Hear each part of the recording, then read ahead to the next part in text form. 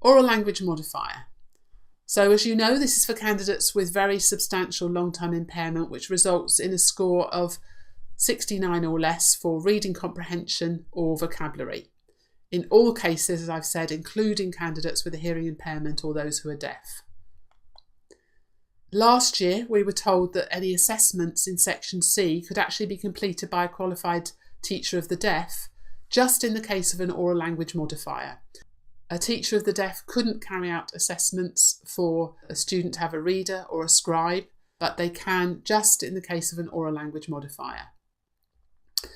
The OLM would need extensive modification to language in class. These are the students who are often saying, I don't understand, can you help me, can you explain that, either to the teacher or to a learning support assistant. And so they would have that support as their normal way of working.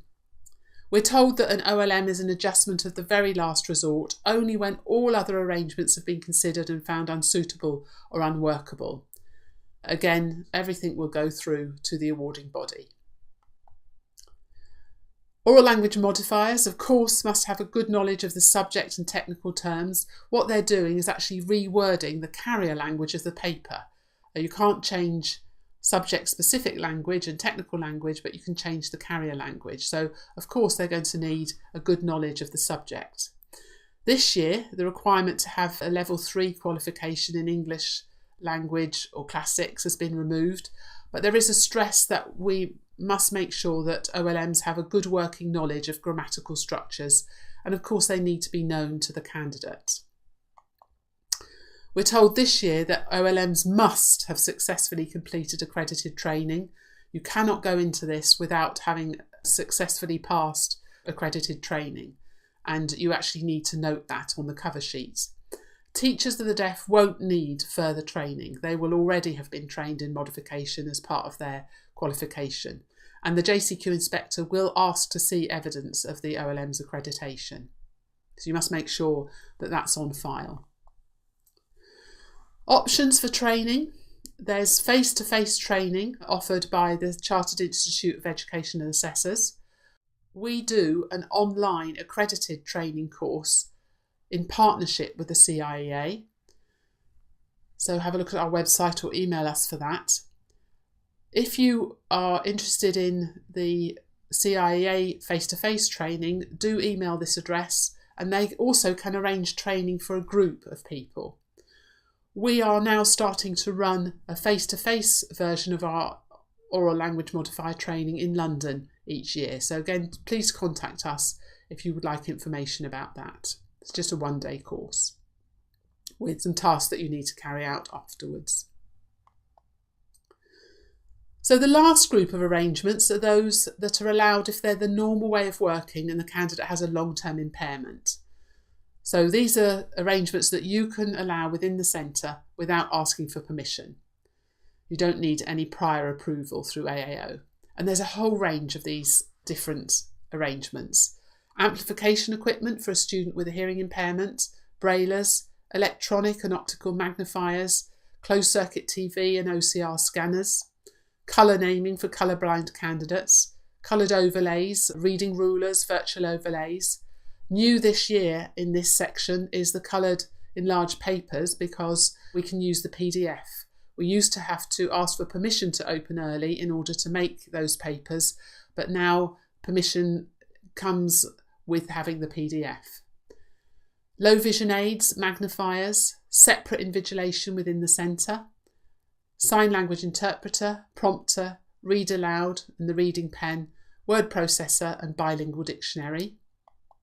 Supervised rest breaks.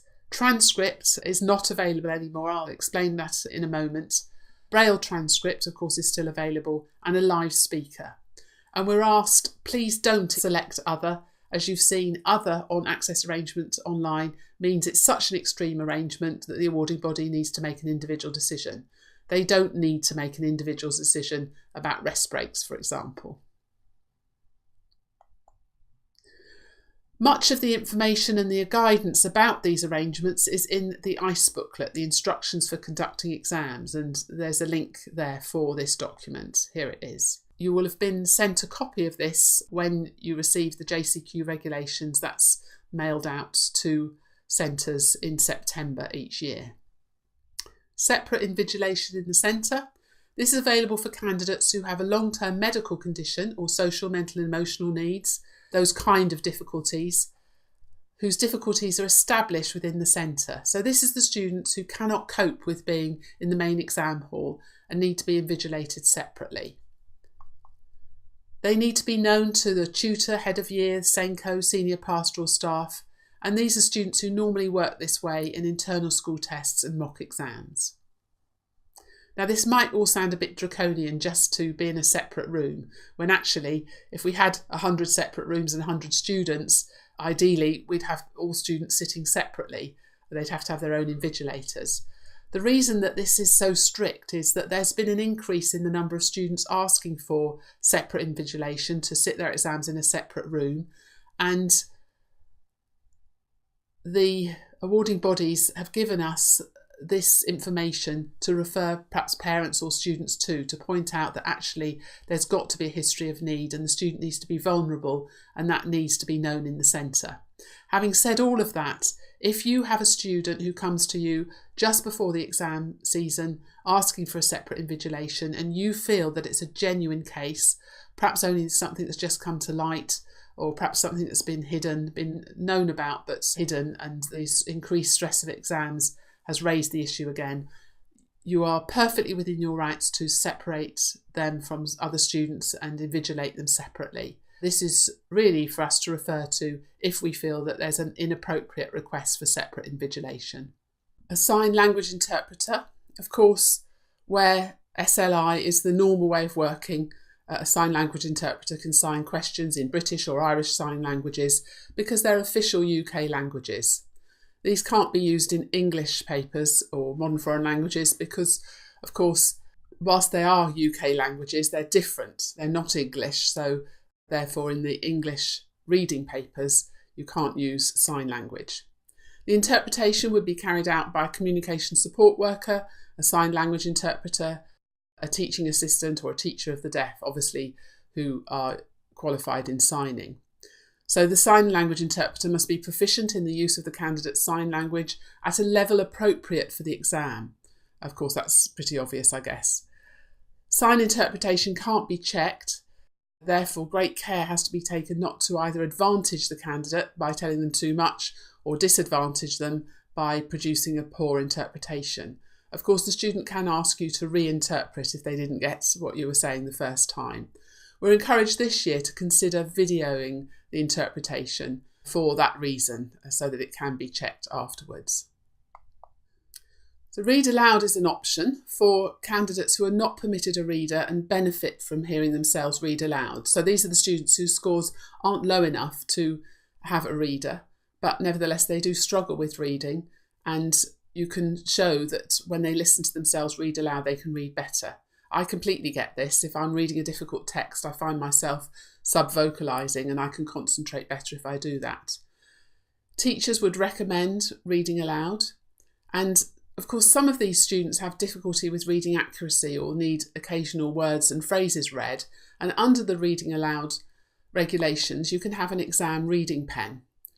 Now, the exam reading pen, you scan that across a word or a sentence and it actually reads aloud to the students. And the great thing about the exam reading pen is that it can be used without permission, as long as it's the normal way of working, of course. The pen mustn't have a dictionary, thesaurus, data storage facility, but the other advantage of it is that it can be used in the main hall. Of course, if a student's reading aloud to themselves, they would need to be out with other students, probably having readers and scribes in a classroom, and that way they wouldn't disturb the others because there's a general background hum. However, with the reading pen, you can use earphones and sit in the main hall and others won't be disturbed. The pen, the other advantage, can be used in papers assessing reading, and we're told that centres must provide the pen, not the parents. I want to point out, I'm not really covering IGCSE today, but I want to point out this point because there has been some confusion over it. For the Cambridge IGCSE, reading pens can be granted by the centre, so just like for the JCQ, but only to a candidate who actually qualifies to have a reader.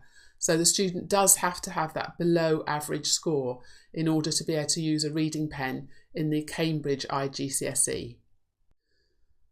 A candidate who normally has a reader can use a reading pen in place of the reader in an assessment testing reading. So, as you know, in, for example, the English language reading sections of the papers, the sections that are assessing reading, the student can't have a human reader. However, they would be allowed to use a reading pen if they're proficient at doing that in that paper. However, please do be aware that the candidate then wouldn't get the 50% extra time to do that. So a student who's having a human reader in most papers and they can't have it, for example, for the English reading sections of the papers, they would normally be allowed 50% extra time because they're not getting the help that they would normally have. If they are then using the reading pen, they wouldn't be allowed that 50% extra time. And the same would be the case if they're using a computer reader. Of course, you can have a computer reader in a paper assessing reading because the student is working independently, but they wouldn't be allowed the 50% extra time in that situation. An action point here. Please list the arrangements that are available for a candidate who has reading difficulties. We've covered a number of different arrangements now that help a student with reading difficulties, and I'm going to ask you to pause the presentation and think about the number of arrangements that there are. So please pause the presentation now.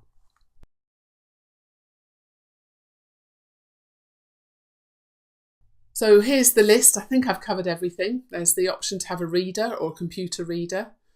You can have an oral language modifier if your scores are very low in the bottom 2%. You can read aloud, have the reading pen, or of course there's the option for extra time for reading if the issue is that the candidate reads slowly. This slide is at the very end of the handouts if you want to refer to that. So if you look at the PowerPoint handouts, at the very end of those you will find this slide. Word processor. For candidates who use a word processor as the normal way of working, and in previous years it said appropriate to their needs, that caused some confusion because it made people think that they had to do a diagnostic assessment to confirm whether it was appropriate to their needs. That's not the case. Use of a word processor is just the normal way of working in the centre. Now we're told this year that centres must have a policy on the use of word processors to articulate to parents. In previous years that's just been should. So this is really a new requirement. Word processor is not just because the candidate prefers to type or they can work a bit faster on a word processor. And we know that quite often students request a word processor because they prefer it. The requirement is it must be the normal way of working. I know, for example, a local sixth form in a local school, every student has a word processor. They're required to bring a laptop when they first come into the sixth form. I presume that they have some kind of bursary system for students who can't afford that. But every student in the sixth form has access to a word processor. So, according to these rules, all of them could have access to a word processor in the exam. Of course, the challenge is that they are not allowed to use their own word processor. They have to use a school version which has been checked and all the backup and support has been taken away. So they may well have a challenge if they've got 100 students in their sixth form doing exams in year 13. They're probably not going to have 100 word processors. But nevertheless, according to these rules, in theory, every one of those students should have access or could have access to a word processor during the exam. And this requirement to come up with a policy actually is a good idea. Often parents, as I've said, or students asked to use a word processor, and you just need to be able to explain our policy is that they must use the word processor as the normal way of working in so many classes a week, and we will only allow it on that basis. Or you may even, if you want to, choose to only allow it to students who have handwriting difficulties, for example, and that would be your prerogative. So you need to make a decision in your centre what your policy is to allow word processors. It's not always appropriate to give a student extra time with their word processor. Some examples on page 55. So if the candidate writes slowly, so their handwriting is slow, you'd give them extra time when they're writing to try and compensate for that slow handwriting. But if they're typing and they type at average handwriting speed, you wouldn't give them extra time when they're typing, because the fact that they're able to type and they can type at a reasonable speed means that they've overcome the disadvantage. And as you know, we're trying to remove a disadvantage with access arrangements. If they process and think slowly and read slowly, then they may well need extra time when they're typing, because the typing won't have overcome that underlying processing, thinking and reading problem. As you know, under the JCQ regulations, it's assumed that if a student's using a word processor under the word processor regulations, the spell and grammar check would be disabled. If you need a spell check on, you're going to have to apply for a scribe. But it's been made clear this year that if a candidate's not competent in using the word processor with the spell and grammar check switched off in every subject, it may be that they need a scribe. So, for example, they perhaps couldn't use the word processor in maths or maybe science. And in those situations, it could be that the candidate would have to handwrite themselves if they are able to handwrite reasonably well, or dictate to a scribe. I think actually dictating to a scribe in maths would be a challenge as well. So it's not necessarily an easy answer. But if you remember, there's this sixth condition when it comes to a scribe, that they're not able to do everything on a word processor. There might be some papers where they have to have access to the scribe. The word processor can be used in non-examined assessments. Of course, non-examined assessments have taken over now, or are just finishing off taking over from coursework and controlled assessments in the new reformed qualifications. If you're in Wales or in Northern Ireland, you still will have coursework and controlled assessments, because the Welsh and Northern Ireland governments haven't chosen to go down the route of 100% terminal assessment. A bilingual dictionary, where the first language is not English, Irish or Welsh, you can have a dictionary. It's just got to be the normal way of working. You don't need to make any application for this. You can have a hard copy or electronic dictionary. The dictionary has to be kept in the centre and checked for unauthorised notes or revision data. You're not allowed monolingual dictionaries or translators, including online translators, word lists or glossaries. A dictionary must have word-for-word translations, no pictures or clarification, so just a concise dictionary. And we're told that these dictionaries can be used in GCSE or A-level unless prohibited by the specification. Rest breaks. This is for candidates whose difficulties recognised and established within the centre. It may be because of behavioural difficulties, perhaps a medical condition, a sensory or physical need, or social, mental and emotional needs. And as you know, rest breaks take place in the exam room or outside if the candidate's supervised. We tend to think it's better to take students out and give them a quick walk if you can for their rest breaks. And there's no maximum time for rest breaks, and we're told that ideally the SENCO will determine the duration of the break in advance. That's not to say that the SENCO is going to say, right, after half an hour they will have a 10-minute break. It just is that the SENCO should think through in advance approximately how many breaks the candidate might need and approximately how long they will be. It's down to the student to ask when they need a break. And of course, you may have a student who's epileptic and perhaps has a fit during the exam. You can't plan that in advance, and they're out for as long as they're out. So you just stop the clock for as long as they need to come round from the fit. You can't access the paper during the break, so it needs to be taken away from the student. That's one of the advantages of taking them for a quick walk. And any time taken is added to the end of the exam. Think about rest breaks before requesting extra time. I think often we give a student extra time when a rest break would actually do the job. On very rare occasions, rest breaks and extra time together are appropriate. Think carefully about that, because it does hugely extend the length of the exam, and a candidate doing a number of exams, particularly in GCSE, may well find that actually it's a disadvantage to have so much extra time and rest breaks. On the screen you can see a handout. This is handout 7, which is a case study. So that's in your course materials. Please take a few moments to consider the appropriate outcomes for this student. As you will have seen, I've given you some scores from various tests and comments. I just want you to pause the presentation now, please, and take a few moments to consider that student.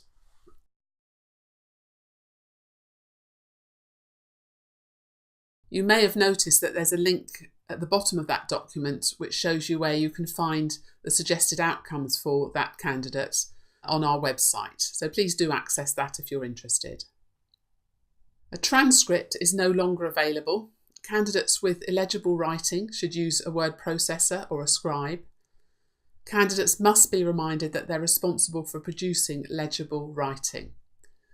So this has been withdrawn. I think that some centres were transcribing work which was really actually illegible. Even somebody who was used to reading the writing would have struggled to read it. So it was felt that those transcripts were inappropriate. It's a pity because it was a good arrangement, but it had been badly used. So this is no longer available anymore. A Braille transcript, of course, is still an option, and this would be produced by a member of the centre staff fully competent in the Braille code. Could be the candidate's subject teacher. Of course, that's always been the case with transcribing, that the subject teacher can do it. A reader or a scribe, a practical assistant, or a language modifier cannot be the candidate's subject teacher, but a transcriber can be. The transcript's made after the exam and the candidate can't participate in the transcription.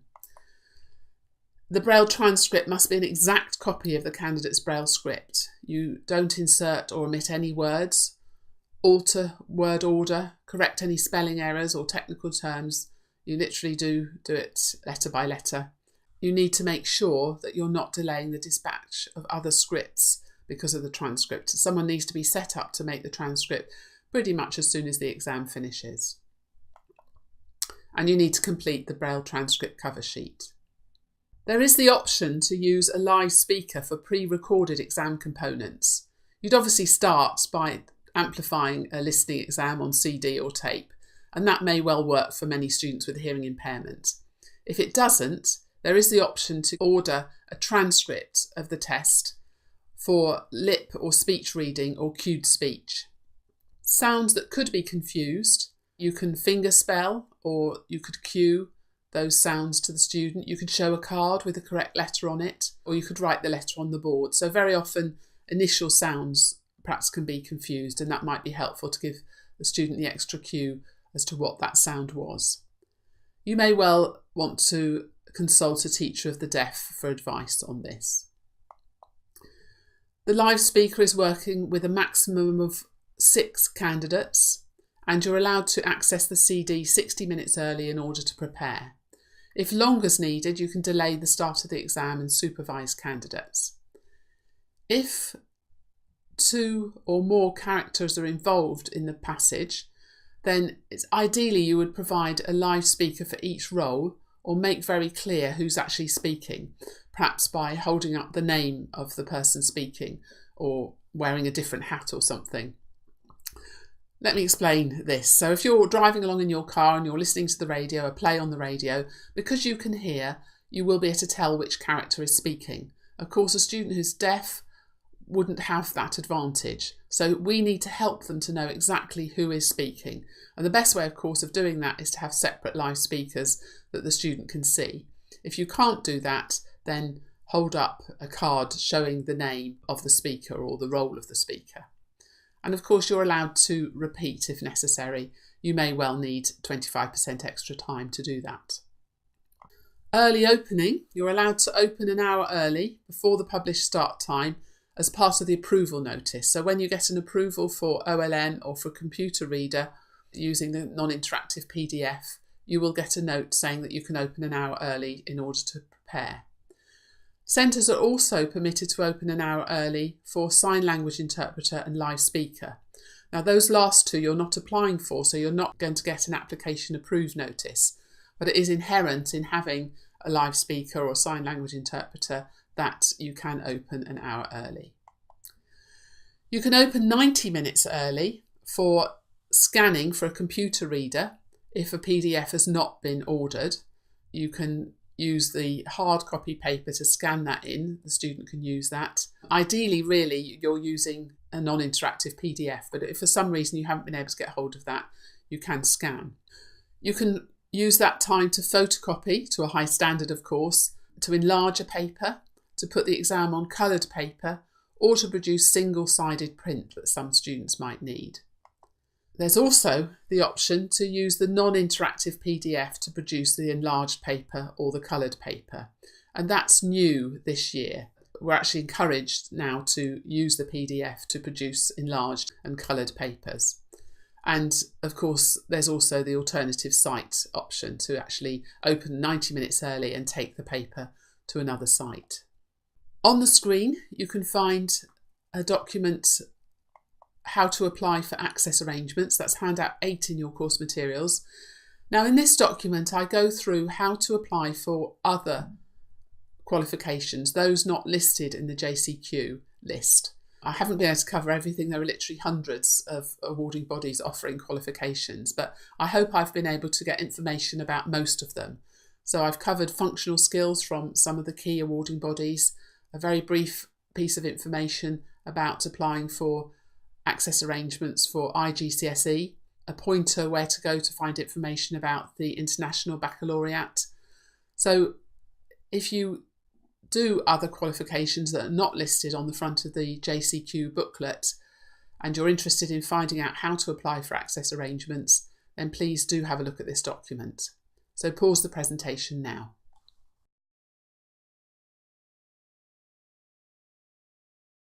You will be aware of the GCSE reform in England, where spelling, punctuation and grammar is assessed. In English language writing sections, there's actually a total of 20% of marks that go to spelling, punctuation and grammar. It used to be 12%, but under the new reformed GCSEs, it's now 20%. And in English literature, geography, history and RS, there's 5% of the marks that go to SPAG. So that's one of the significant changes under the reform. There's no coursework and controlled assessments in England. There's now non-examined assessments. Most of those are practical things like English, speaking and listening, for example. That's just in England. There's also, of course, in England, we have 100% terminal assessment, which means that students are assessed at the end, and that's why there's no coursework and controlled assessments anymore.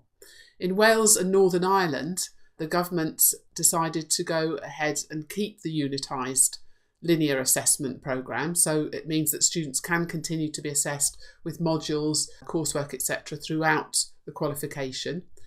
They've also kept the A star to G grade descriptors. In England now it's 9 to 1, which are the grade descriptors. If you want more information about this, please do have a look at the websites of the WJEC and SEA, which I've given you the link to there. On the screen you can see another handout, Guidelines for Subject Teachers, Tutors and Learning Support Staff. And this is a document which helps your colleagues to know how to support you. It gives them some very basic information about access arrangements and the kind of support that they can be giving in class, and also how they can support you by identifying students, for example. And you could use this when you get back into your role to perhaps do a short session with colleagues in a staff meeting, for example, reminding them of what their role is. We do have a short course, it's only about 20 to 30 minutes, like this one, a video course, which we call an overview of access arrangements, which simply goes into very brief information about what access arrangements are available and how your colleagues can support you. That's an online course like this one. And we do actually also have materials in our resources that we sell for charity, which I'll talk about at the very end of the presentation. So a couple of options there if you do feel that your colleagues could do with some training in order to support you. So please pause the presentation now and have a look through that document.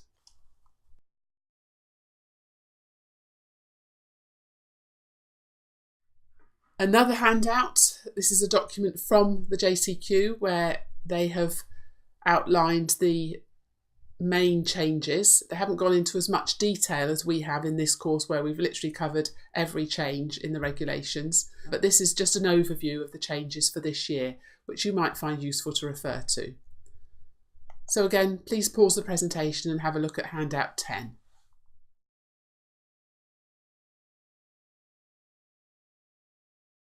We're now going to have a look at Form 8 and the changes in Form 8. It's still referred to as the Profile of Learning Difficulties, and it has, as we've seen, sections A, B and C, and you can get that at the JCQ website, and you can actually type into that and save a master for yourself. Please note that a photocopy is not acceptable as evidence. What has to be on file is an original copy, not a photocopy of another form. So it must have been printed out direct from a PC, and it must have the original wet signature of the assessor on it. A wet signature is what lawyers talk about. Basically, it means that the original signature must be on it. It can't be an electronic signature or a photocopy. And this is required for candidates who are needing arrangements with the 26-month rule for evidence, so up to 50% extra time and oral language modifier, plus of course those others that need an application through EAA2, reader, computer reader, scribe, and 25% extra time. And that's for students with learning difficulties. Remember that those with other difficulties, we go down the 5 conditions route under a substantial impairment. The one exception is an oral language modifier where, regardless of what the need is, you do need to have those scores below 70, so you will need to complete Form 8. As we've already seen, of course, candidates with a statement or an EHCP for learning difficulties, you don't need to do a Form 8 for any of those arrangements apart from OLM on the previous slide. The following evidence is sufficient: the 5 conditions, 6 for a scribe, and a statement or EHCP. Remember, the one exception to that is that if they need 50% extra time, you will have to complete a Form 8 with standard scores showing scores below 70. We're told that we only need to carry out the tests needed to support our application, which are appropriate to the individual. So they've got to be age appropriate, they've got to be nationally standardised, they've got to be up to date. They've got to be, for example, if a student needs a writing help, you don't need to do any tests for reading, for example. I tend to, if for example, I'm seeing an individual student and the school is telling me that they only need reading help, I will usually ask them to get a book out of their bag to show me their writing so I can get some feel for the fluency and legibility of their writing. Although that's not an absolute requirement, we only have to do the tests related to the application. If a standard score is requested in completed sections, it must be given, and there's an explanation of what standardised scores mean. Really, the term would be standard scores, but the JCQ uses this term standardised scores, and they say that standardised scores are standard scores with a mean of 100 and a standard deviation of 15. We're saying that below average is 84 or less, and very substantially below average is 69 or less. Many of you will use tests like the CTOP or the TOMAL or the DASH, where there are subtest scores. Often a test that has a number of subtests will give subtest scores, or scaled scores as they're often referred to, where instead of the mean being 100, the mean is actually 10. And so a score of 8 would be the equivalent of 90 on a standardised score. 12 would be 110. So in many cases, we're actually having to translate scaled scores into standard scores in order to be able to enter them on access arrangements online. Another way of calculating this would be to multiply the scaled score by 5 and adding 50. This chart is in all the manuals, but I'm often asked about how to translate a scaled score into a standard score where the mean is 100. Do note that 7 is 85, so you're needing scores below 7 in order to be able to apply for an access arrangement. A reminder about the app from Pearson if you're not familiar with this. This can be downloaded onto your iPhone or to an Android phone, and it's called the Assessment Assistant. If you go to the App Store and put in Pearson Assessment Assistant, you'll be able to find it. It's a free app with a stopwatch, calculator, timer, age calculator and a bell chart. The thing I really love about this is the age calculator. I dread to think how many hours of my life I've spent trying to calculate what a student's chronological age is, and the number of times I've perhaps got that wrong by maybe a month. And the great thing about this calculator is you just put in the day of assessment and the student's date of birth, and it calculates right to the day the chronological age. On the screen here, you can see another document that's in your handouts. This is Form 8. We've called it Handout 11. So please pause the presentation now and have a look through Form 8. Anything that has been changed this year, I've changed into red bold.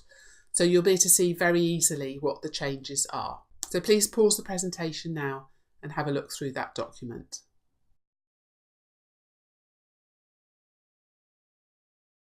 So Section A is a pen portrait of the candidate's need, their history of need and provision. And the regulations tell us this year that the SENCO must complete at least a skeleton Section A of Form 8 prior to the candidate being assessed by an external assessor. If, for example, a student is going outside of the centre for an assessment and there has been some liaison between the centre and that assessor, then the SENCO must be giving some background information. And in fact, even when I go into a school to carry out assessments, the SENCO will always in advance give me information about the student, the support they've had, the kind of suggestions that staff are making. So it's important to think through in advance of an assessment what the student's background is. Now, I keep mentioning the SENCO, and a couple of times I've mentioned the Access Arrangements Coordinator. We do know the regulations do encourage schools to make the SENCO the Access Arrangements Assessor, and ideally the SENCO would also be coordinating the whole process of access arrangements. In a big centre, there may simply not be time for the SENCO to do those roles. So it's quite acceptable, as we've seen, for an Access Arrangements Assessor to be someone else on staff, not the SENCO, but someone else qualified on staff, or for the school or college to buy in from outside a qualified assessor. There's also the issue of the role of the Access Arrangements Coordination, and we do know that a number of centres now actually appoint an administrator to be the Access Arrangements Coordinator. They're not qualified to do access arrangements assessments, but they coordinate the whole system. And we have just launched a new qualification. It's a fully accredited qualification called the APAC, the Award of Proficiency in Access Arrangements Coordination. This course is around 30 hours and it will give you, as I said, a full qualification. It covers the JCQ regulations and procedures. It trains you to do some very basic testing, so just simple group testing, so you can do screening in order to cut down the number of students that need to be seen by the Access Arrangements Coordinator. It enables you to complete Section A and B of Form 8. It gives you information about how to make an application through Access Arrangements online. It enables you to train other staff, gives you the resources to do that, helps you to coordinate readers and scribes, etc. on the day of the exam, making sure that they know what their role is. So really everything to do with the Access Arrangements Coordination role, not the assessment role, but the coordination role, is covered in this course. So if you're interested in that, please go to our website. There's a tab at the top with APAC there, or you can email us for more information. So the kind of background information that we're looking for here in Form 8 in Section A is, if it's known, the arrangements that the student had for Key Stage 2 national curriculum tests, any comments from teachers, learning support assistants, teaching assistants, support workers, the normal way of working, any screening tests that have been carried out, intervention strategies, information from the IEP, for example, the candidate's perception of their difficulties. Often our students are very good at explaining what their difficulties are. I've often been surprised at students knowing exactly what their difficulty is and exactly what would be needed to compensate for that.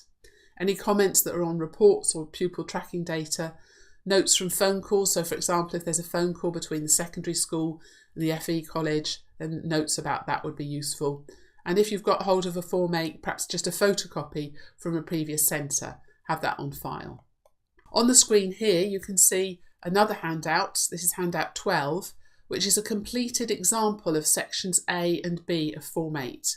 This isn't the only way to do it, but I'm often asked, how do I complete this? And this is just an example of the kind of thing that you would put in section A or B of Form 8. So please pause the presentation now and have a look through that document.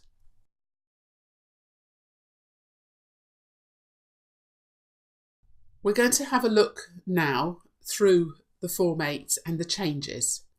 So this first section, section A here, the only difference really is you can see in red bold that the list of qualifications is different. So I'm just going to leave you to look at that for yourself. Section A, there are a couple of changes, really just explaining what the wording means. So in this first section here, provide relevant information, i.e. what is the candidate's history of difficulties? And then the next one, what are the candidate's current difficulties in the classroom, in tests and in exams? And then finally, what support and adjustments are in place for the candidate in the classroom, in tests and in examinations? So really just some useful clarifications of exactly what's being requested in those sections. Now, we're now into section C of Form 8, and there's also some useful explanations of what is being requested here. So for example here, under reading skills, it's explaining that reading accuracy, this can provide assessment evidence for a reader or computer reader. Otherwise, that's unchanged. Reading comprehension, this can provide assessment evidence for a computer reader or reader. So just like the reading accuracy, that's what can be used here. Please note that this year reading comprehension and reading speed has been split. In previous years this has been the same section and there's been an extra box in the chart there for you to complete. But now these are separate sections, and this is making clear that the reading comprehension can only be used as evidence for a computer reader and reader, not for extra time. I think there has always been a bit of confusion there. Now reading speed, it explains that this can provide assessment evidence for a computer reader and or extra time. So it could be used for both. I think if a student reads slowly and they then have access to the reader, that may well overcome the need for extra time. But the scores here, reading speed, and remember that could be reading comprehension speed or simply reading speed the first time, that could be used as evidence here. So the next box that we're going to look at is the one about spelling, and this provides evidence for a scribe. Otherwise, pretty much the box is the same. And then we're asked about handwriting. This can provide evidence for a scribe or extra time. So we're looking at whether the handwriting renders the writing illegible, in which case that would be evidence for a scribe or possibly for a word processor, although you wouldn't need to be filling in this form in that case. And then there's been a section removed where we were asked whether the candidate writes so slowly that they can't get the work done in the time allowed. That's just been simplified and that removed. So we're just asked whether the candidate's free writing is in the below average range. So of course that first item there about legibility would indicate the need for a scribe, or perhaps be a hint to you that they should be using a word processor. And then the second item here would be evidence for extra time or for a scribe. So we're asked to record our scores here, a test of free writing. Now please be aware that if we are indicating the need for a scribe, we use the dash free writing subtests. If we're indicating the need for extra time based on handwriting, we could use the free writing subtest, or you could use the composite score from the dash. And there is the option, of course, to put those items in there. Cognitive processing, of course, this provides evidence for extra time. We may already have been providing evidence for extra time in one of those previous boxes of reading speed or writing speed, of course. But if we're using cognitive processing scores, these are the boxes to put it in. You can see that there are two columns there, so you've got the option to put scores if you've perhaps got a student who's got scores in the low average range, so you've got two scores. The red bold there, you can see just the wording has been slightly changed, really asking the same questions, but perhaps the wording a bit clarified there. Let's have a look at a little bit more detail at cognitive processing. We've got working memory, phonological processing, visual processing, sequencing problems, organisational problems, visual and motor coordination difficulties and other measures. This is the list that the JCQ gives us. Sequencing and organisational problems may be a bit of a challenge to evidence for us as teachers. There are no tests really that give standard scores for those, But I would think that a student who struggles to sequence or organise themselves will probably come out low on some of the working memory tests. You might have to do more testing, for example, in the TOML or the RAML than just the basic ones, but hopefully that would give you evidence. Now, this is a whole long list of tests. I've picked out a couple of suggestions for tests. So rapid automatic naming, the CTOP1 has colour and object naming, which you can continue to use even though that test is old. The CTOP2 only has letter and digit naming. That's why we can continue to use those subtests in the CTOP1. The RAN-RAS, which I've shown you on the screen, has 6 subtests for rapid naming. There's visual processing, symbol-digit modalities, visual and motor coordination, the BERI test. All these tests are listed in our test information document, which I'm going to go through at the end of the presentation. Phonological awareness can be used, CTOP2, phonological memory, CTOP2, short-term memory in the TOML2. Very often people use the digits forwards and the letters forwards as short-term memory. And working memory, again the TOML2, there are 16 subtests, but very often people use the digits backwards and the letters backwards as evidence of working memory. If you want more information about the tests that can be used for extra time, we do have a separate video presentation like this one, which you can access, which covers virtually every test that's available in the UK to use for evidence for extra time. There's lots and lots of tests, and I cover each of those individual areas. So please do email us if you're interested in that video. And then the other relevant information box, this is where you would put anything that doesn't fit in anywhere else. So for example, if you've got a 3rd score for a student who needs extra time with no scores below 90, you could put that in here. You'd probably put in evidence of very low scores for a student who needs an oral language modifier. Those can go in here. If you've got evidence of some other underlying difficulty that's not already mentioned in the other relevant information box in section A, then you might put this in here.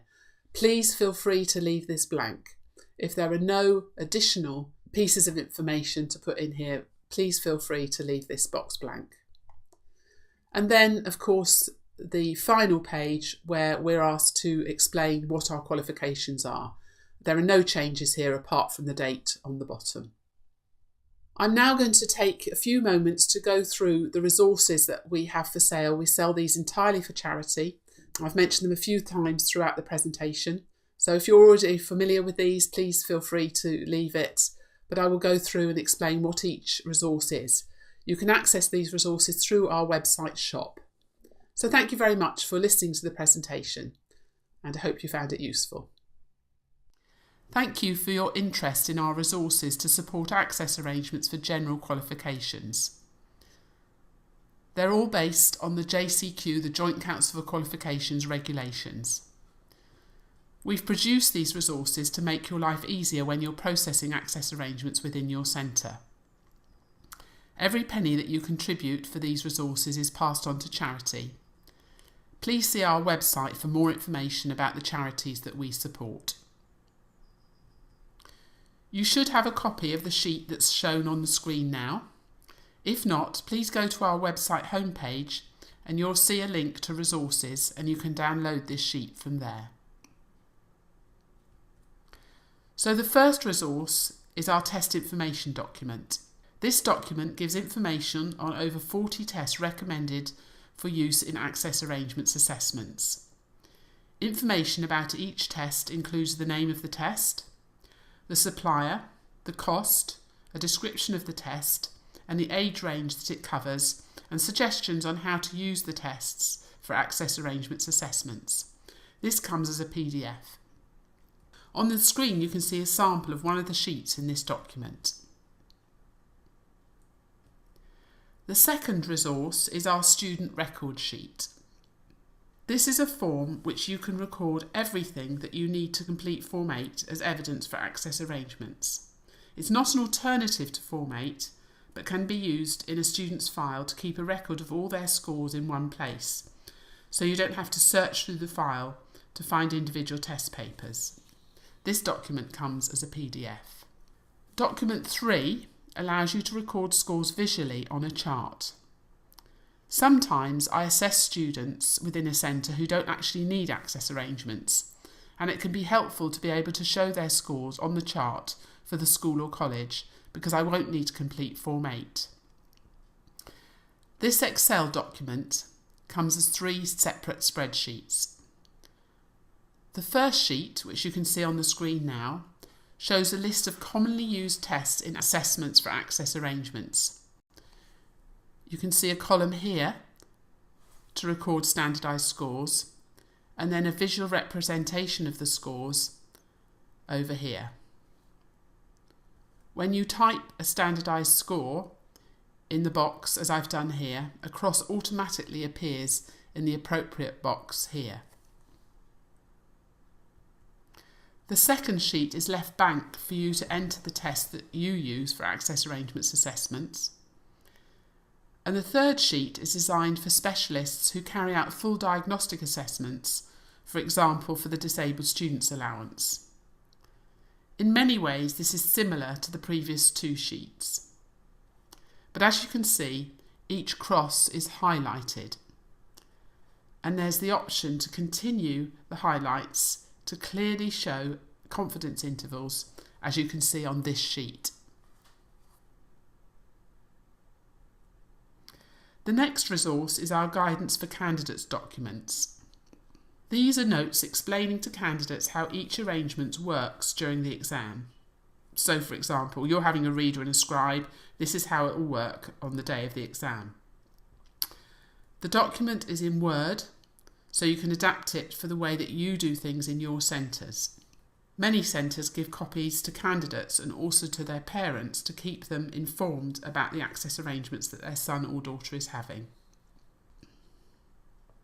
The training for readers, scribes and invigilators and other adult helpers in exams will provide you with materials to run training for those supporting access arrangements on the day of the exam. The PDF documents can be used in the same way as PowerPoint, as you're seeing on the screen now, and we also provide handouts for your staff. The session will probably take about an hour and will enable a SENCO or an exams officer to ensure that staff understand what's required of them on the day of the exam. Of course, invigilators do need to oversee them, and it can be helpful if invigilators can be included in the training as well. The overview of access arrangements for centre staff is a shorter session, about 20 to 30 minutes. It can be used to make sure that centre staff, for example subject teachers, heads of department, learning support assistants, etc., are aware of what arrangements are available and how they should support the learning support department as they lead on access arrangements. Again, slides are provided with handouts and other supporting documents. Both the previous sessions, training for readers and scribes and an overview of access arrangements, are also available as online video presentations which can be used with an unlimited number of staff. On this screen you can see where to find more information on our website about these presentations. Informal assessment resources includes a number of documents designed and used by colleagues working in the area of access arrangements and assessment. These have generously been donated by these colleagues who work across the country, and they've allowed us to use their copyright in order to raise money for our charities. Resources include this feedback form about access arrangements and how they've been used in an exam. There's a document helping staff to decide who's responsible for what in relation to access arrangements, and a document with prompts for assessing handwriting. Some guidelines to help your candidates cope with the requirements and the stress of exams. We have a number of different formats used by various centres to demonstrate the normal way of working for access arrangements and to get information from class teachers, etc. The final resource is a document to record the evidence that you'll need to show that a candidate using a bilingual dictionary qualifies for extra time. Of course, like all these documents, it's based on the current JCQ regulations. All the documents that I've described are available as direct downloads. If you want to buy one or more resource, you need to visit the shop, the link is here, pay with a credit or debit card, and you'll be sent a link to download your chosen resource. When the total fee is calculated, an additional fee of approximately 3% will be added, and this just covers the cost of PayPal that we're charged, and this will enable us to give the total amount to charity. Please be aware that the licence for each resource is for use within your centre. If you have colleagues from other centres who are interested in any of our resources, please direct them to our website so that they can order their own. Thank you.